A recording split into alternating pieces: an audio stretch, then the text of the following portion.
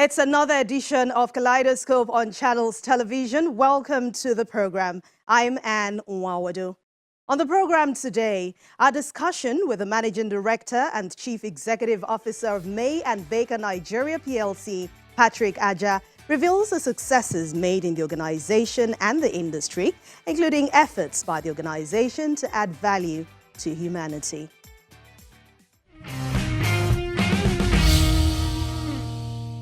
Once again, welcome to the program. May and Baker Nigeria PLC is one of the foremost pharmaceutical companies in the world, with its history going almost 2 centuries ago. Let's tell you more about their history and, of course, the journey in Nigeria. May and Baker Nigeria PLC has its origin in England, the United Kingdom, and was registered on September 4, 1944. The company has transformed from an appendage of its overseas founders to become not just one of the leading pharmaceutical companies in Nigeria, but a world-class conglomerate. This remarkable journey is traced to the unrelenting efforts of the company's helmsmen who formed the organization in 1834. May and Baker Nigeria Limited became a publicly quoted company following its listing by introduction on the Nigerian Stock Exchange on November 10, 1994, and became May and Baker Nigeria PLC. The company later began an aggressive expansion and diversification program, which culminated in the creation of new businesses and subsidiaries. In 2005, Biovaccines and local vaccine production subsidiary was set up in partnership with the federal government of Nigeria. May and Baker operates under 2 major business units and 4 subsidiaries. These are the pharmaceutical business, the beverages business, and the foods business. Over the years, May and Baker PLC has shown leadership in the Nigerian healthcare industry through strategic initiatives that have revolutionized the sector. Let's find out what the journey is being like for the MD CEO of May and Baker Nigeria PLC, Patrick Aja. As Nigeria's first pharmaceutical company operating in the country for more than 80 years, how would you describe the journey so far? I actually think it's been an amazing journey, obviously driven by very strong and consistent leadership. May and Baker started in 1944, September 4 to be precise.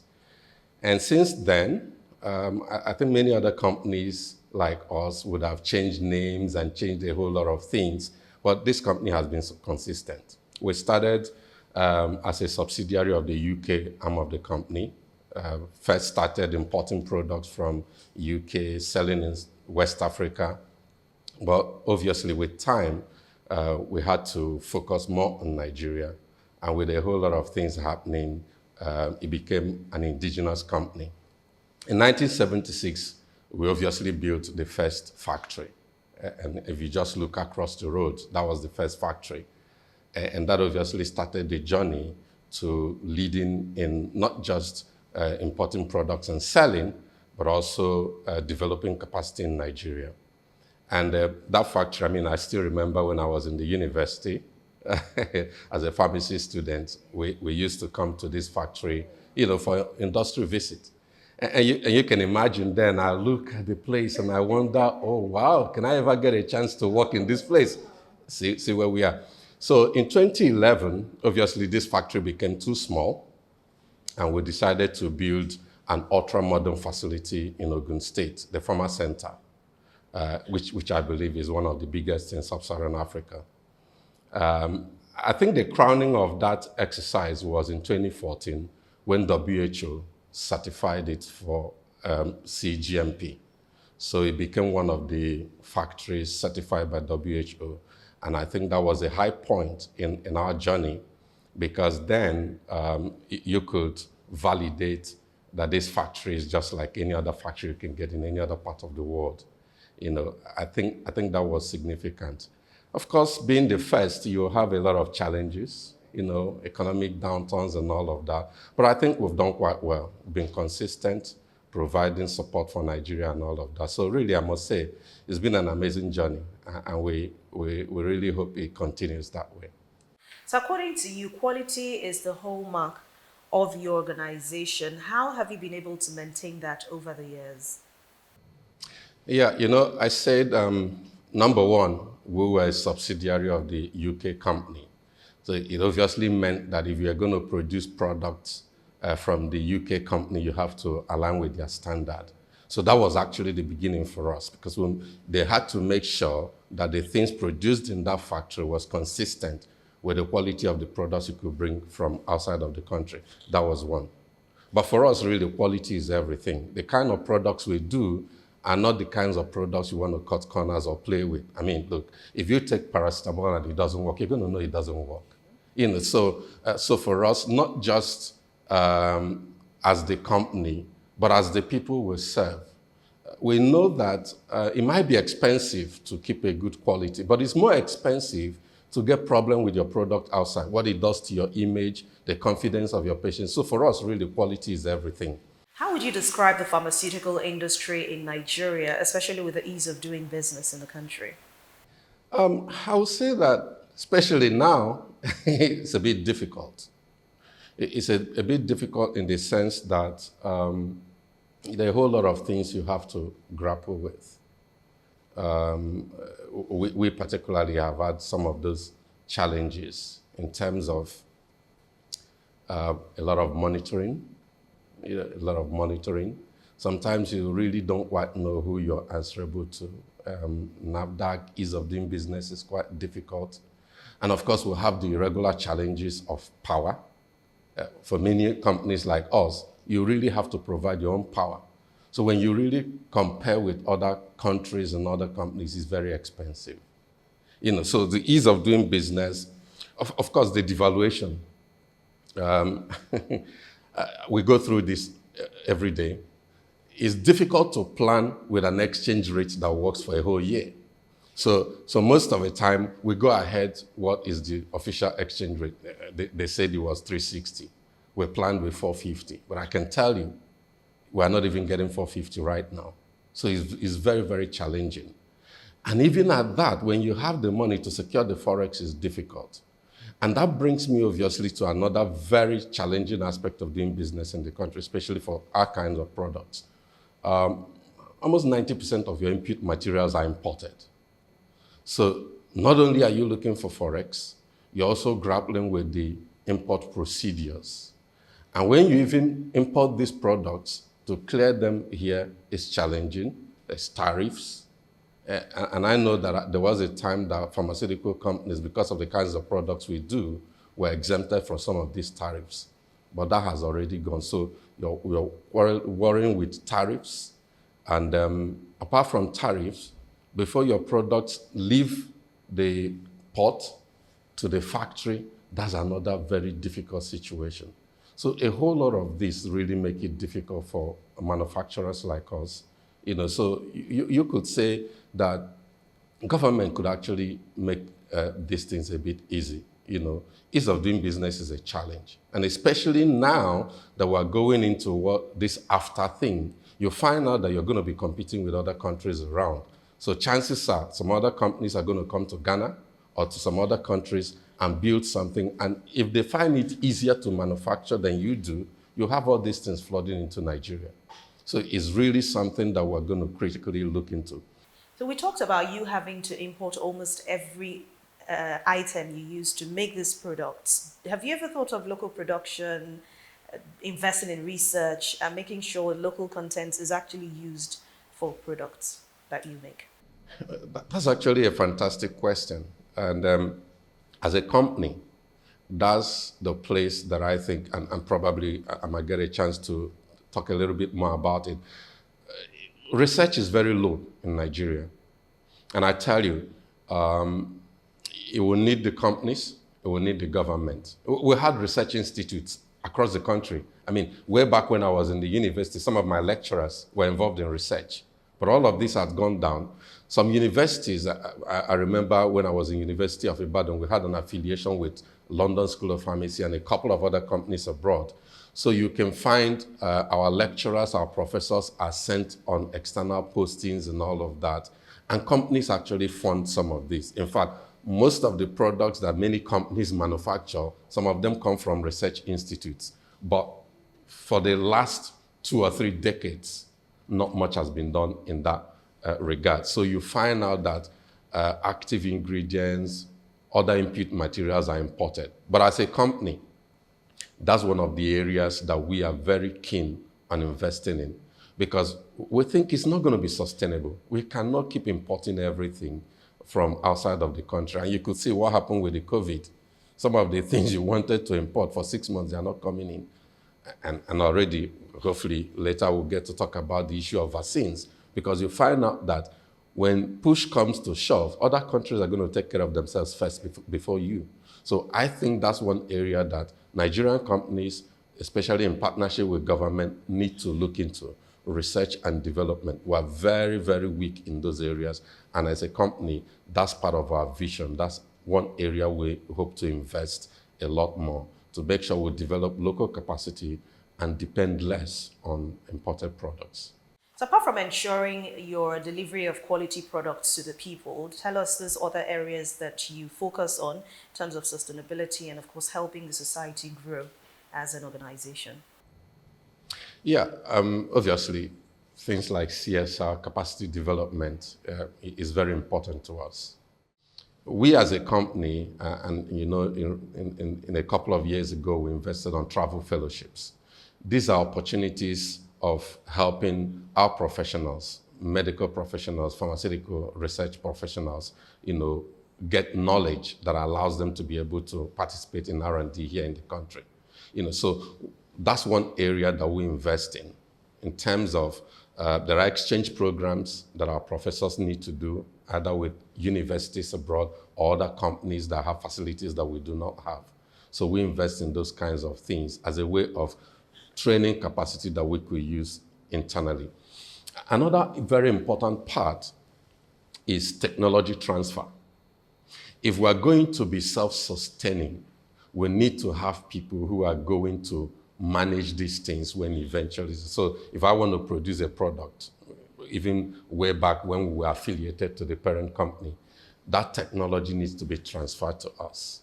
But in the past, what has happened is when there's a technology transfer, you're going to need an expatriate to come. Yeah, it doesn't make sense. So now we are investing in transferring these people to go learn how it's done so they can come back here and manage it. We've not done that efficiently, but that's one area that we're investing because that's one way of ensuring that the next generation of R&D people are developed either in universities or even in companies like this. So that's one way we think society could be helped, apart from just investing in some other CSR activities, which I'm glad to talk about, and there are quite a number of them that we do. The Travel Fellowship Award is just one of the many initiatives you help in driving the education sector and improving it. Tell us about it, and of course the other initiatives you do to help the education sector. Thank you very much.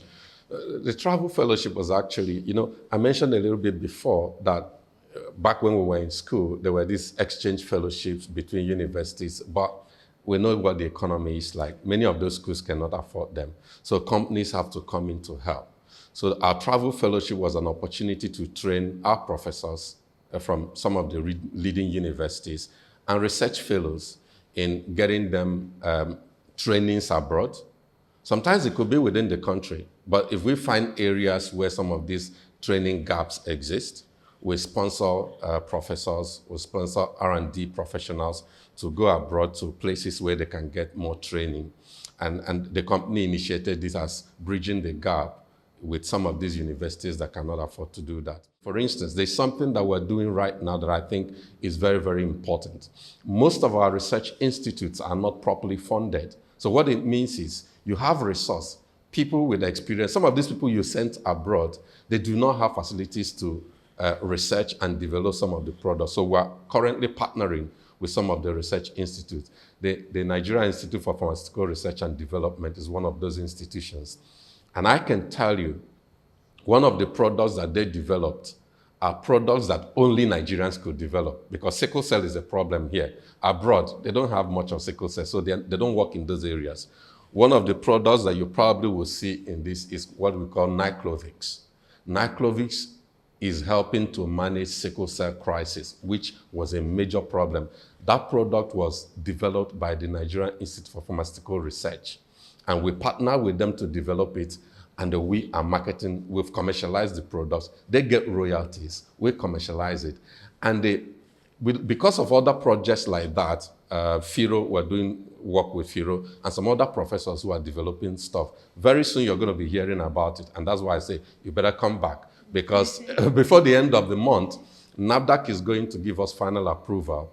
We are launching a state-of-the-art herbal factory in our facility in Otta.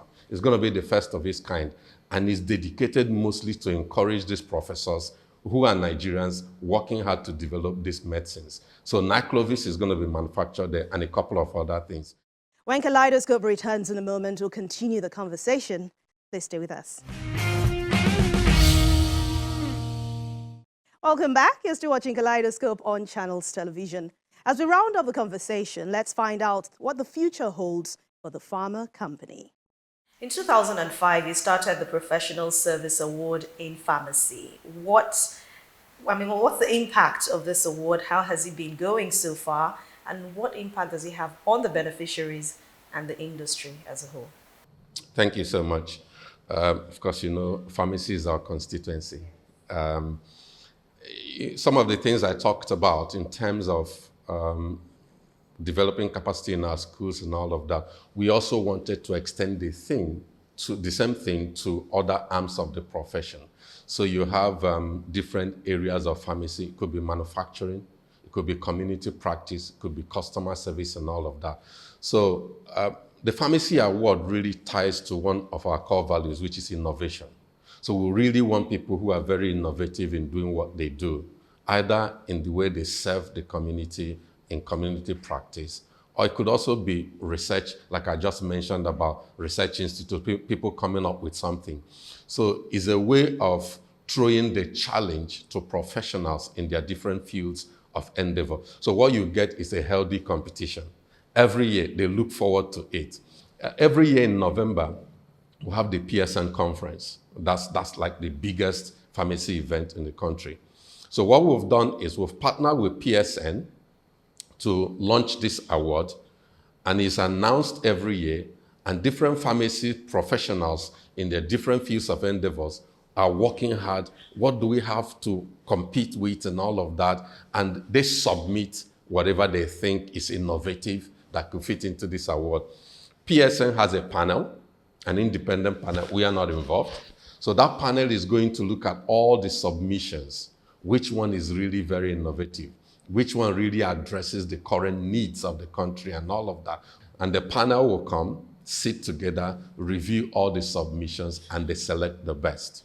So when they select the best, that's when we come in. So we'll give this award. So every November at the PSN award, there's always a special slot for the Pharmacy Award where we come with a check, and the leaders of PSN will present it to the eventual winner. In the last 2 decades, you have intensified your charity visits. Who are your beneficiaries, and how's it been faring since you started? Yeah, actually, CSR is something that is very close to us as a company. And like you said, we've intensified our efforts, because you find out that the more you get involved, the more opportunities you see to be good to these people. And it aligns with our mission. Our mission actually is to improve the quality of life throughout life for all lives. It will not be complete if it doesn't include all lives. And we know that all lives there especially means some people who are less privileged. So we've started these visits. I think we started with SOS Children Village in Solo. And sometimes the reaction you get when you visit these people is really very heartwarming. And we have extended it to a whole lot of other orphanages. You know, there's one at Magodo, and a couple of them. There's the School for the Blind, and so many other charity organizations that we do every year. And as a company, we look forward to it because it's an opportunity to really extend a hand of fellowship to these people who are sort of less privileged. And sometimes, frankly, a visit to some of these places really will teach us a whole lot of lessons. You know, so we've been doing quite a bit. Unfortunately, with COVID, it's been a bit difficult to go physically. So what we've been doing is every year since COVID started, we look at, and sometimes they also send requests. So we'll look at some of the requests. We'll send some of our operatives to go make the donations to them, give cash when necessary. But it's something very close to the heart of the company.